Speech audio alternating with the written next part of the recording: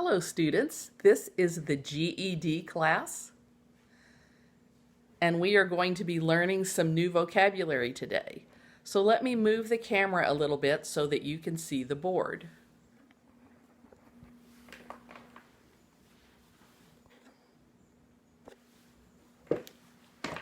Today we are going to learn two homophones.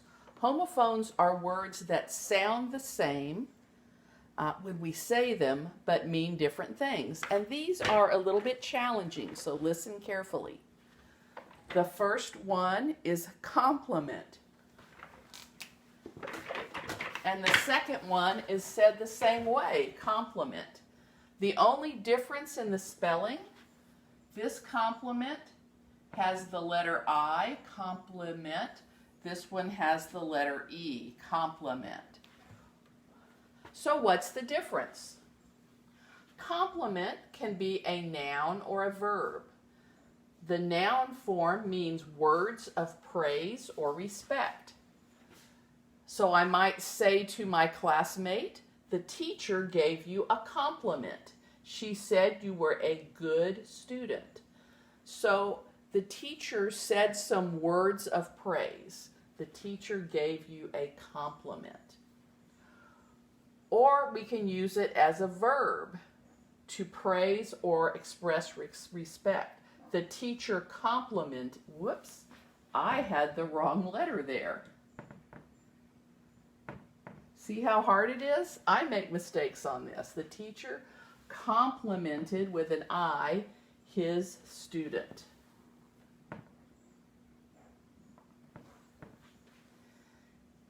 Now we're going to look at compliment with an E.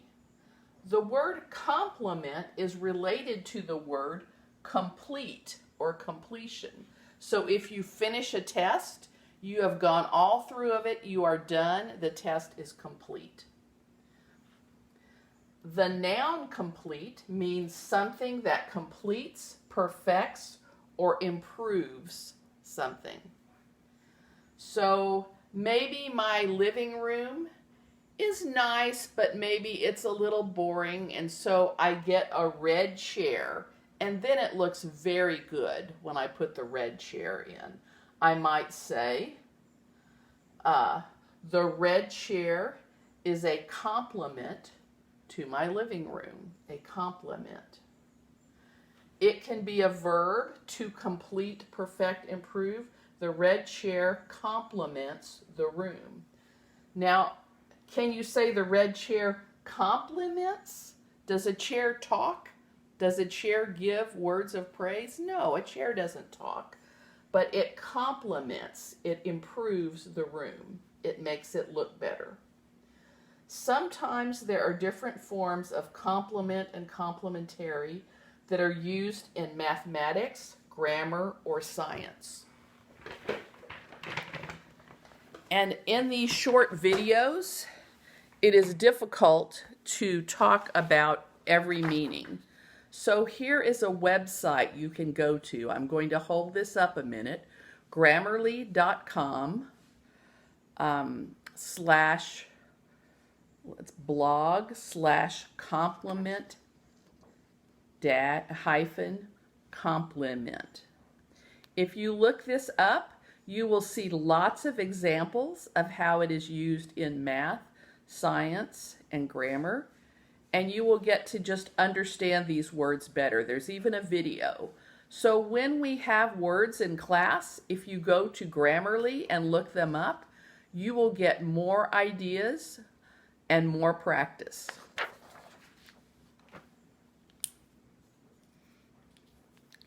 Now we're going to get our GED book. I hope you have this 2018 Kaplan GED, and we're going to go to page 112.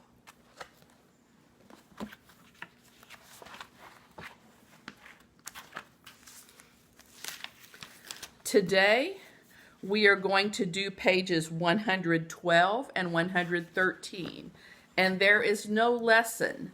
This is review.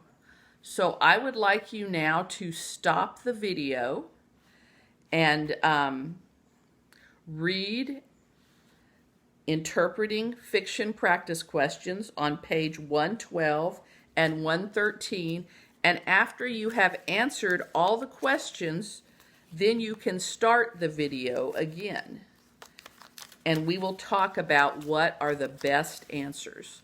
So we are on page 112 in this book right here.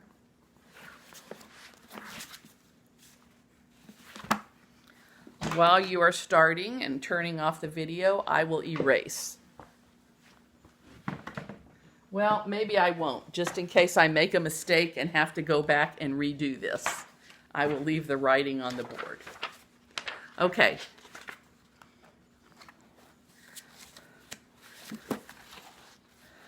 If you've answered all the videos, all the questions on page 112 and 113, that would be questions 1 through 7, then you are ready to listen to this part of the video. For page 112, we read a section or an excerpt of Shiloh and Other Stories. And we looked at question 1 after we read this, I believe it was 6 paragraphs. Number 1, which of the following best describes Leroy's wife, Norma Jean? There's not very much about Norma Jean, but we are given choices. Is she shy, loving, self-concerned, or grumpy? The only thing that we see about Leroy's wife is that she is thinking about herself and about getting in shape. And so the answer to number 1 is C, self-concerned.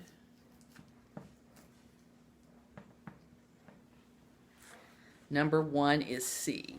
There's no words in there that make us think that she is shy or loving or even grumpy. She's just talking about herself. Let me move over some so we'll have room for more letters. Number 2, by comparing Leroy's truck to a bird that has flown home to roost, the author suggests that Leroy, A, comes and goes as he pleases, B, always preferred to be at home nesting, C, won't be driving his truck for a while, or D, is a bit flighty and unpredictable. Let's first figure out the wrong answers, because the right answer isn't exactly what I would have said, but I can figure it out by looking at the wrong answers. So 2A, does Leroy come and go as he pleases? No, he's had an accident. He has injured his leg and he has been recovering for a long time, so A is the wrong answer. B, always preferred to be at home nesting. There's not really any indication that he always would have liked to have stayed home. We don't see that, so B is not right. And D is a bit flighty and unpredictable. I don't see that about Leroy. So the answer to number 2 is C. He won't be driving his truck for a while. And we see several things that tell us that. In paragraph 6, it says he will probably not be able to drive his truck again. It says the accident frightened him and he does not want to drive anymore. He is not sure what to do next. Okay. So now let's look at number 3. Why might Leroy be continually making things from craft kits? A, he is impatient with his leg healing. B, he has always enjoyed working with his hands. C, he grew tired of bodybuilding. And D, doesn't want to face what is next. That's kind of an easy one because it already tells us he is not sure what to do next. So he really doesn't know he doesn't want to face what to do next because he doesn't know what to do. So 3 is D.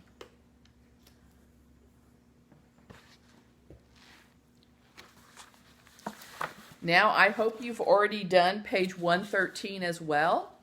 If you haven't, stop the tape again, read the 6 paragraphs, and then answer questions 4, 5, 6, and 7. Otherwise, we will go over them now. So, I hope you're done with questions 4, 5, 6, and 7. We read a story about a small sailor boy on a ship and a bird that he looks at that's caught up high. So number 4, what can you infer about the boy's decision to climb the rig? Infer means it doesn't tell us. It means we have to guess based on other things it tells us. So A, it took some courage. B, it was a familiar task. C, it felt like a chore. D, he was ordered to do it. We see that no one ordered him to do it. It said on the last paragraph, it said he felt that he had been ordered up by nobody. So we know that it is not that he was ordered to do it. We also know that it is very high because also in that same paragraph, paragraph 6, let's see, it says he was scared as he looked down. So it must have taken courage to go up there. And also in paragraph 4, it said he stood looking at the bird with his heart in his mouth. That is an idiom that means he was worried and scared. So it took some courage for him to save that bird, or to go up where the bird was. So question 4 is A.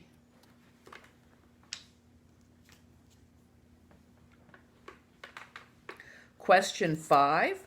Which of the following best describes both the boy and the bird at the beginning of the excerpt? Confident, alone, scared, or wary? Well, let's look at the beginning of paragraph 3. It says, through his own experiences of life, he had come to the conviction that in this world, everyone must look after himself and expect no help from others. So he must have been very alone if he is expecting no help from others. Also, at the bottom of that same paragraph, he thinks about the bird. That bird is like me, there she was, and now she is here. So that bird is alone, and he is alone. 5B.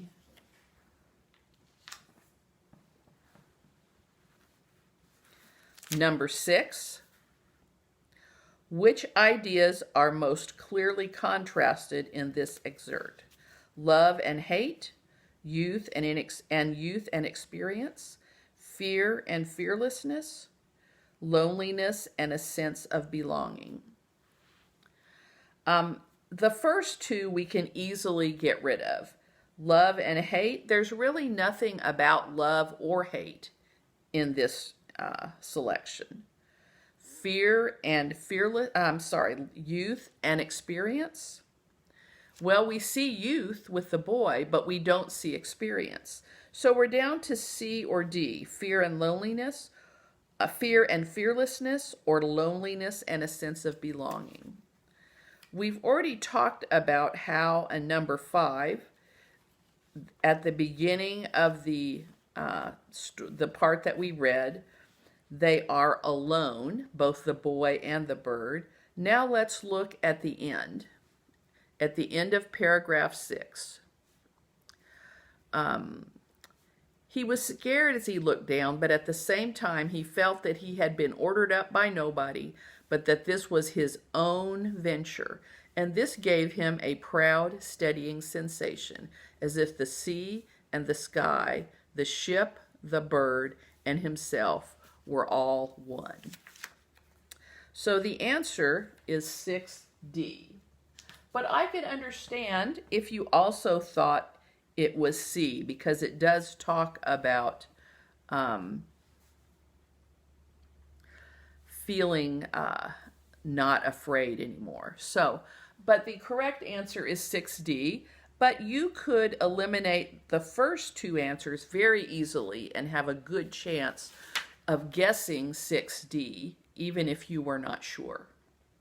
The last one, the word blank best describes the mood created by the author in this excerpt. Mournful, is it a sad story? I don't think so. Nostalgic, that means remembering the past fondly. I remember when I was a little child, I used to sit in my daddy's lap. That is nostalgic. But this story is not about looking back, so nostalgic is not the right answer. Peaceful? I don't think peaceful. The boy is climbing a very tall mast. He's going up high. It's a scary thing. That is not peaceful. So triumphant, 7D is the right answer. The boy has done something brave to save the bird. Before we end our lesson, I want to tell you that before you listen to the next lesson that I will post later this week, I want you to go ahead and do pages 114 and 115 too. Those will be the lessons that we will discuss. So if you read those and answer to the best of your ability, and then we will talk about it later. But and that will be when you finish 114 and 115, then we'll be going on to another section. So the next time that we meet, we will talk about some other words, and we will talk about pages 114 and 115. Have a good day. I'm glad you came to class. If you would send me a message under this video or on email, if you have my email, or on WhatsApp, if we've corresponded there, I would like to know if these lessons are helping you, because if they are not helping you, I don't want to do them. But if they are helping you, then we will continue. Another option is to do this class on Zoom, and then we would be able to talk back and forth. So you decide. I would like to know if this is helpful. Have a good day, and I will see you again later this week.